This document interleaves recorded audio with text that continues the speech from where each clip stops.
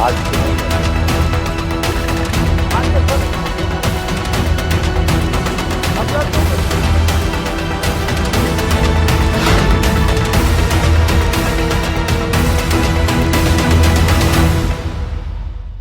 नमस्कार, आप देख रहे हैं जोहार झारखंड। मैं हूं आपके साथ रुचिका राज। बुलेटिन की शुरुआत इस वक्त की बड़ी खबर के साथ करेंगे। झारखंड विधानसभा का बजट सत्र जारी है और लंबित ध्यानाकर्षण का आज निपटारा होने वाला है। कटौती प्रस्ताव पर भी चर्चा की जाएगी। सदन में बीजेपी विधायक मंजू कुमारी ने अनुसूचित जनजाति और इसके साथ ही जाति अल्पसंख्यक पिछड़ा वर्ग कल्याण आयोग के अध्यक्ष पर नियुक्ति को लेकर के सवाल उठाए हैं और इसे लेकर के मंत्री चमरा लिंडा ने जवाब भी दिया है। बड़ी खबर आपको विधानसभा के बजट सत्र से जुड़ी हुई आपको बता रहे हैं। झारखंड में विधानसभा का बजट सत्र चल रहा है और देखिए पूरी खबर पर ज्यादा जानकारी के साथ न्यूज 18 संवाददाता निरंजन इस वक्त हमारे साथ जुड़ चुके हैं। निरंजन, आज का दिन बेहद ही खास है। आज सत्र के दौरान लंबित ध्यानाकर्षण का निपटारा होगा और कटौती प्रस्ताव पर भी चर्चा की जाएगी। क्या जानकारी है?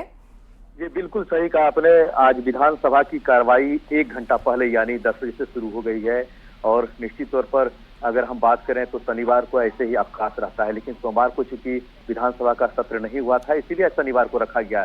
सदन में जैसे ही कार्रवाई शुरू हुई है, बीजेपी के जो विधायक है मंजू कुमारी, उन्होंने अनुसूचित जनजाति और पिछड़ा वर्ग कल्याण आयोग के अध्यक्ष पद की नियुक्ति को लेकर के सवाल किया और संबंधित जो मंत्री हैं चमरा लिंडा, उन्होंने आश्वासन दिया कि जल्द ही इसका निपटारा किया जाएगा और आयोग में नियमावली को लेकर मजबूत बनाने की कोशिश को लेकर के उन्होंने भी कहा।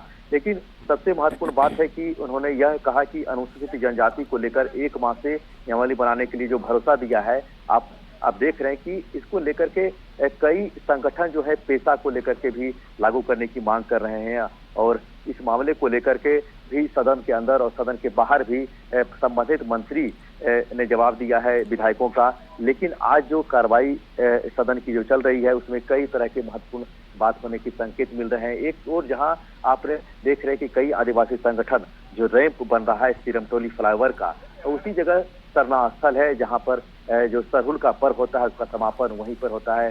सभी आदिवासी संगठन इकट्ठा होते हैं, उसको लेकर के आज आदिवासी संगठन विरोध भी कर रहे हैं और इस मामले को लेकर के सत्ता पक्ष के विधायक और विपक्ष दल दोनों इस बात को लेकर के संकेत दे रहे हैं कि इस मामले को लेकर के बीच का सुलह निकाला जाए और उन्होंने मुख्यमंत्री भी संकेत दिया है कि इस मामले को जल्द ही सॉर्ट आउट किया जाएगा। लेकिन चूंकि आप देखें कि 1 अप्रैल को सरहुल भी है और 21 को रमजान भी है। अब देखना यह है कि इस मामले का निपटारा होता है या नहीं, आने वाला वक्त ही तय करेगा। लेकिन बहुत कम समय बचा हुआ क्योंकि आज 22 मार्च है और 1 सप्ताह के बाद यानी कुल मिलाकर के देखें तो 10 दिन ही बचा हुआ है सरहुल पर्व में। हालांकि फ्लाईओवर की अगर हम बात करें तो लगभग 95% काम पूरा हो चुका है, सिर्फ ओपनिंग की बात हो रही है। उसकी ओपनिंग की 15 अप्रैल रखा गया है। लेकिन सदन की कार्रवाई जो चल रही है उसके अंदर भी इस बात को लेकर के मुख्यमंत्री ने जवाब दिया है कि इस मामले को जल्दी निपटारा किया जाएगा। लेकिन आदिवासी संगठन इस बात को लेकर के कतई भरोसा नहीं कर रहे हैं क्योंकि आपने देखा कि पिछले दिनों 28 ट्राइबल यहाँ सीट है और सभी ट्राइबल सीटों को लेकर के उन्होंने एक सब यात्रा भी निकाली थी। बिल्कुल बिल्कुल निरंजन, आप हमारे साथ बने रहिए और इसी बीच एक और बड़ी खबर का रुख कर लेते हैं रांची से।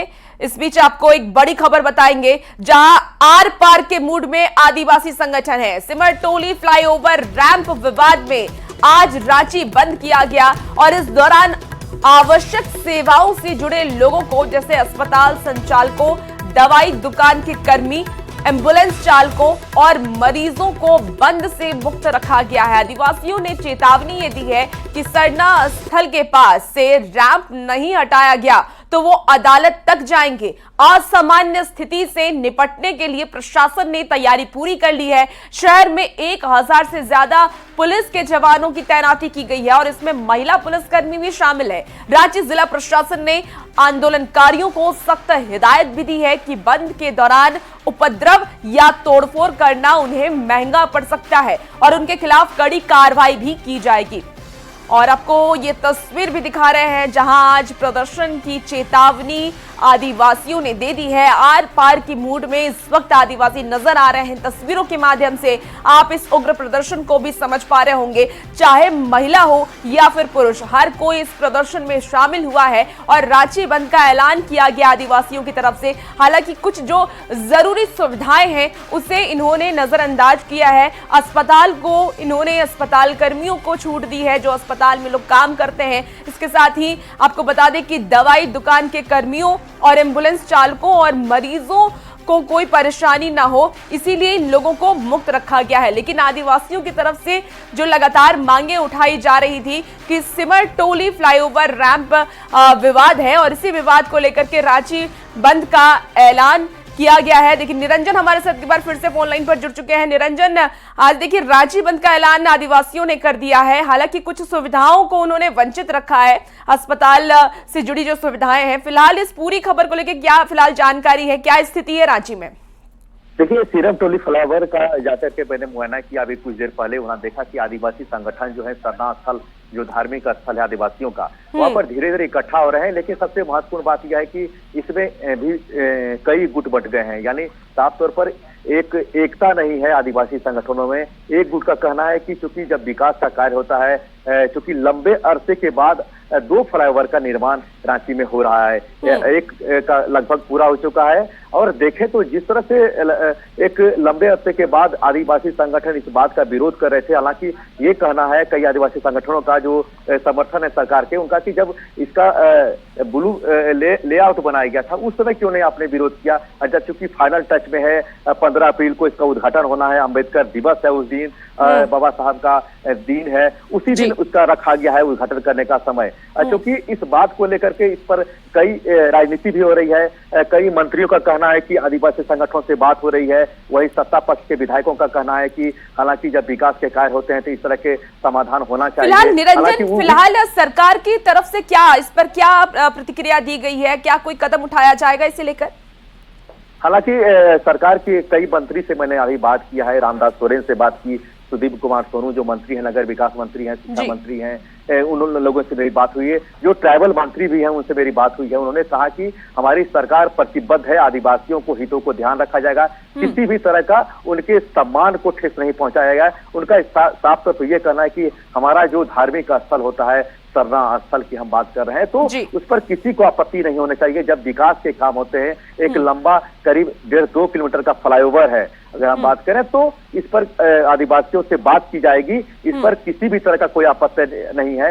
हालांकि अगर हम बात करें इस पर आदिवासी संगठनों को, तो उन्होंने साफ तौर पर कहा कि इसका हम लगातार विरोध इसलिए कर रहे हैं कि हजारों की संख्या में वहां सरहुल के दिन इकट्ठा होते हैं, तो जगह को लेकर के क्योंकि उनका यह कहना है कि इसी जो फ्लाईओवर है उसका कम से कम 15 से 20 फीट आगे कर दिया जाता है या पहले किया जाता है। एकदम से जो गेट होता है सिरम टोली का जो फ्लाईओवर है और जो सरना स्थल का मुख्य द्वार है, उसी जगह इसका अंत किया गया है, उसको लेकर के विरोध किया जा रहा है। लेकिन हालांकि मुख्यमंत्री से भी कई संगठनों ने मिलकर के बातचीत की। अगर हम बात करें तो बाबूलाल मरांडी से भी उन्होंने बात की, जो वो भी आदिवासी संगठन से आते हैं। कई आदिवासी संगठनों से उन्होंने इस मामले को लेकर के बातचीत किया। ठीक है निरंजन, आप नजर बना के रखिए और देखना होगा कि आदिवासी संगठनों से अब सियासत भी अब इस पर हो रही है, और क्योंकि मुख्यमंत्री से भी बातचीत हुई है तो क्या निर्णय निकलकर सामने आता है। खबरों में आगे बढ़ेंगे। वही इस मामले पर आपको बताया कि सियासत भी खूब हो रही है। बीजेपी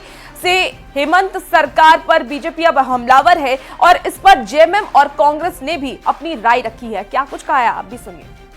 हमारी सरकार तो संज्ञान में है, जिसके लिए हमारी सरकार, राज्य के माननीय मुख्यमंत्री से संकल्प दृढ़ संकल्प है।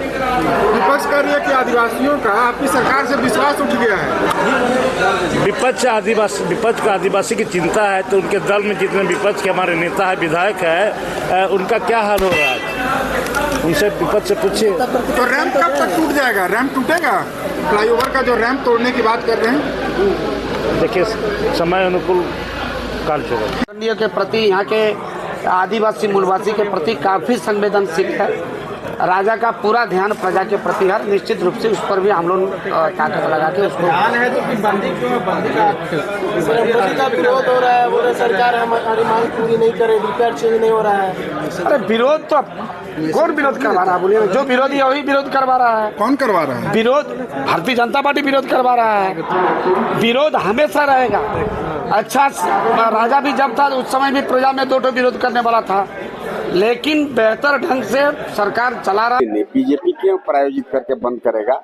सबसे बड़ी बात ये तो अबुआ सरकार है, इसमें तो आदिवासी को बंद करने का नौबत आना ही नहीं चाहिए। आदिवासी को तो गदगद रहना चाहिए कि मेरा सरकार है, पूर्ण बहुमत का सरकार है, अभी नहीं तो कभी नहीं। अब कब आदिवासी का कल्याण होगा? अब कब तक आदिवासी सड़क पर उतरते रहेंगे? अगर इस बार भी अगर लोग सड़क पर उतर रहे हैं, इसका मतलब लोगों का विश्वास इस सरकार से हट रहा है। अबुआ ब्रिज भी है, ब्रिज भी अबुआ ही है, सरना भी अबुआ ही है। देखिए, इस गतिरोध को माननीय मुख्यमंत्री जी ने संज्ञान लिया है कि गतिरोध कैसे समाप्त किया जाए।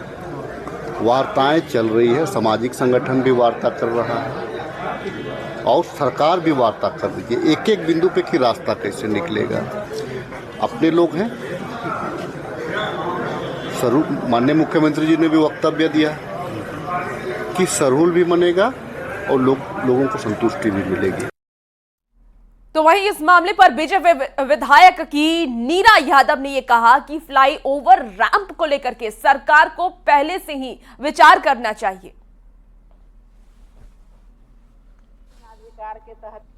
अब आप देखिए कि फ्लाईओवर तो बन चुका है, उसका रैंप भी वहीं पर जाना है। अब ऐसी स्थिति में आधे अधूरे में अब रैंप को वो कहाँ उठा करके ले जाएंगे? समस्या इधर ये है। और जो आदिवासी समुदाय है उसका भी कहना है कि भाई वहाँ पर पूजा स्थल है तो वहाँ पर रैंप हम उतारने नहीं देंगे। तो दोनों की बात सही है। तो अब इसका समस्या का समाधान कैसे निकलेगा?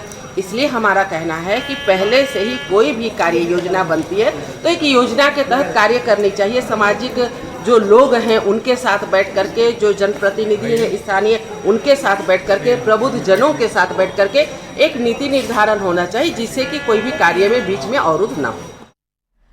और इसी बीच आपको गिरिडीह से बड़ी खबर बताए, जहां खोरी महुआ धनबाद मुख्य मार्ग पर भीषण सड़क हादसा हुआ है। दो बाइक और कार की जोरदार टक्कर हो गई। कार असंतुलित होकर सड़क के किनारे खड़े ट्रैक्टर के ट्रेलर से टकरा गई और हादसे में महिला समेत 9 लोग घायल हो गए हैं। कार में लगे एयरबैग खुलने की वजह से उसमें सवार 2 लोग की जान बाल बाल बच गई है। आपको बता दें कि धनबाद थाना क्षेत्र का यह पूरा मामला सामने आया है। और इस पूरी खबर पर ज्यादा जानकारी के साथ न्यूज़ 18 संवाददाता एजाज अहमद हमारे साथ जुड़ चुके हैं। एजाज, इस पूरी घटना पे क्या कुछ अपडेट है फिलहाल? इस मामले में अपडेट ये है कि ये घटना धनवार थाना क्षेत्र के अंतर्गत आने वाले बुधुड़ी के पास है, जो खोरी महुआ धनवार मुख्य मार्ग में स्थित है। बताया जा रहा था कि एक अल्टो गाड़ी जो मिर्जागंज से होते हुए जा रही थी, सामने से आ रहे 2 मोटरसाइकिल को अपने चपेट में ले लिया। चपेट में लेने के बाद अल्टो गाड़ी अनियंत्रित होकर ट्रैक्टर से टकरा गई। हालांकि खैरियत रही कि एयरबैग खुलने के बाद 2 लोग सुरक्षित रहे जो अल्टो में सवार थे। वहीं 2 मोटरसाइकिल थे वो बुरी तरह घायल हो गए। इसके बाद स्थानीय लोग जमा हुए और लोगों को उठाकर अस्पताल ले जाने लगे। इसी दौरान एक और तेज रफ्तार मोटरसाइकिल धनवार रूट से आई और भीड़ देखकर अनियंत्रित हो गई और कई लोगों को चपेट में ले लिया। तो कुल मिलाकर इस पूरे घटनाक्रम में अब तक एक महिला समेत 9 लोग घायल हुए हैं। घायलों को स्थानीय लोगों की मदद से अस्पताल में ले जाया गया है, जो स्थानीय अस्पताल है, और वहां पे इलाज चल रहा है। वहीं दूसरी ओर घटना की सूचना पाकर पुलिस भी पहुंची है और पुलिस मामले की तफ्तीश में जुटी हुई है। और वहीं क्षतिग्रस्त जो वाहन है, मोटरसाइकिल है, उसे भी अपने कब्जे में ले लिया है। ठीक है एजाज, आप नजर बना के रखिए, अपडेट लेंगे। बहुत शुक्रिया जानकारी के लिए। और कोडरमा से आपको एक और बड़ी खबर बताएं, जहां डोमचांच बाजार में बम कांड का खुलासा हुआ है। बमबारी में 2 आरोपी इसको लेकर के गिरफ्तार किए गए हैं। मुख्य आरोपी के खिलाफ डकैती समेत 6 मामले दर्ज है। 9 फरवरी की रात आपसी रंजिश में बाइक सवार युवकों ने बाजार में कई बम फेंके थे। बड़ी खबर आपको बता रहे हैं कोडरमा से। और आपको बता दें कि बमबारी में 2 आरोपी को पुलिस ने गिरफ्तार कर लिया है। पुलिस को बड़ी सफलता हाथ लगी है। मुख्य आरोपी पर 6 मामले दर्ज हैं और फिलहाल पुलिस के गिरफ्त में आरोपी है। 9 फरवरी की रात बम फेंके थे और बाइक सवार युवकों ने ये बम फेंका था, जिसके बाद पुलिस ने कार्रवाई की और पुलिस ने आरोपी को गिरफ्तार कर लिया। देखिए, फरवरी माह में डोमचांच बाजार में एक बम फेंकने की घटना हुई थी और उसमें जैसा आपको याद भी होगा कि उस बम को जो है गाय के द्वारा मुंह में ले लिया गया था और वो फट गया था, जिससे गाय जख्मी हुई थी। तो इसमें इस कांड के उद्भेदन और अभियुक्तों की गिरफ्तारी के लिए हम लोग जो है डोमचांच थाना प्रभारी के नेतृत्व में एक टीम का गठन किए थे। तो टीम लगातार विभिन्न जगहों पर छापामारी कर रही थी और इसमें छापामारी के क्रम में हम लोग पहचान किए थे कि इसमें कौन अभियुक्त इन्वॉल्व हैं और कौन अपराधकर्मी इन्वॉल्व हैं। तो इसमें पता चला था कि एक रोहित मेहता और बलवा करके और आशीष मेहता जो है वो इन्वॉल्व हैं। तो इनके लिए विभिन्न क्षेत्र में जगह जगह छापामारी हो रही थी और ये लोग जगह जगह बदल के छिप रहा था पुलिस से। तो इसी क्रम में रात्रि में 2 जगह छापामारी हुई जहाँ से इन लोगों को गिरफ्तार किया गया है। और हजारीबाग से आपको बड़ी खबर बताएं, जहां राम नवमी जुलूस को राजकीय महोत्सव बनाने की अब मांग तेज हो गई है। विधायक प्रदीप प्रसाद ने सदन में इस मुद्दे को उठाया। हजारीबाग में राम नवमी में डीजे पर प्रतिबंध को लेकर भी लगातार सवाल उठाए जा रहे हैं। आपको बता दें कि ख्याति प्राप्त विश्व प्रसिद्ध त्योहार के रूप में राम नवमी को मनाया जाता है। हजारीबाग राम नवमी 100 से भी अधिक अखाड़े से निकालती है झांकी और जुलूस, और लाखों की संख्या में सड़कों पर एक साथ राम भक्त भी नजर आते हैं। तो अब हजारीबाग से आपको बड़ी खबर, जहां राम नवमी जुलूस अब राजकीय महोत्सव के तौर पे मनाने की बात की जा रही है। खबर अब धनबाद से है, जहां सदर थाना क्षेत्र के इनक्लेव अपार्टमेंट में रहने वाले राजीव सिंह ने 17 मार्च को फांसी लगाकर आत्महत्या कर ली थी। आत्महत्या से पहले उन्होंने एक वीडियो भी बनाया जो कि अब तेजी से सोशल मीडिया पर वायरल हो रहा है। इसमें राजीव सिंह ने खुदकुशी की वजह भी बताई। वीडियो में राजीव सुसाइड के पीछे अपनी पत्नी, चचेरा भाई, ससुर के साथ पत्नी के भाई और भाभी को जिम्मेदार ठहराते हुए नजर आ रहे हैं। वीडियो में मृतक राजीव सिंह ने आरोपियों पर कड़ी कार्रवाई की मांग भी की है। खुदकुशी से पहले राजीव ने एक सुसाइड नोट भी छोड़ा है, जिसे मेल के जरिए भेजा गया था। पुलिस ने सभी फुटेज और सामानों को जब्त कर लिया है और जांच के लिए एफएसएल को पुलिस ने भेजा है। एफएसएल फिलहाल जांच कर रही है। पूरे मामले में राजीव के भाई ने मृतक की पत्नी और दूसरे आरोपियों के खिलाफ थाने में केस दर्ज करा दिया है। पुलिस पूरे मामले की छानबीन में जुटी है। मुझे ये नहीं पता कि इनके साथ अब क्या होगा, पर मैं समाज से जरूर ये गुहार लगाऊंगा कि इनको कभी बख्शा ना जाए। ये हत्यारे हैं, इन्होंने एक हंसते खेलते परिवार को उजाड़ दिया, एक बाप को बच्चों से दूर कर दिया, बच्चों को बाप से दूर कर दिया,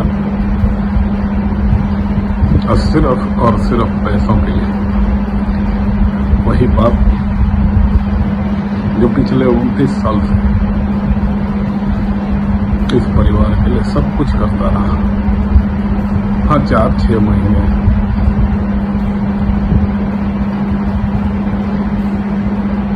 मैं कुछ करने में असमर्थ था, तो इसका क्या मतलब है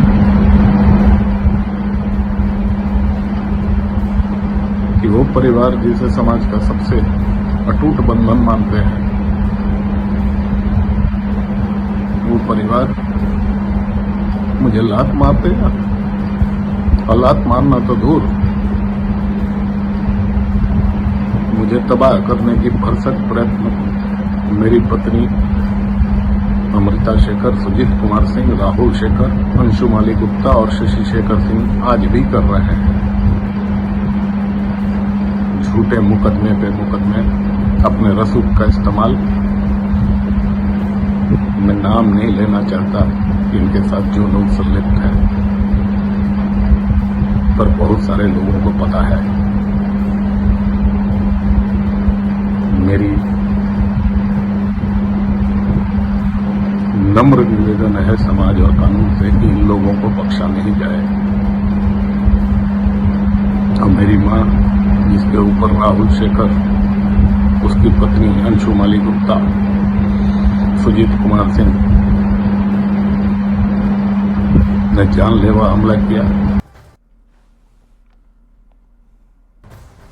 मुझे ये नहीं पता कि इनके साथ उनको सपोर्ट नहीं किया और बाकी उनके संबंधियों ने उनके साथ मिलकर षड्यंत्र रचा, उसकी वजह से वो हताश हो गए। घरेलू कुछ इन लोग का आपस में बात था, उसी चलते टेंशन में थे, लेकिन ये नहीं पता था कि आज ऐसा करने वाला है।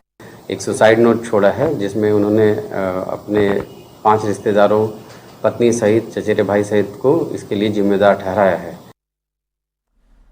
और फिलहाल इस बुलेटिन में इतना ही। आप बने रहिए न्यूज़ 18 बिहार झारखंड के साथ।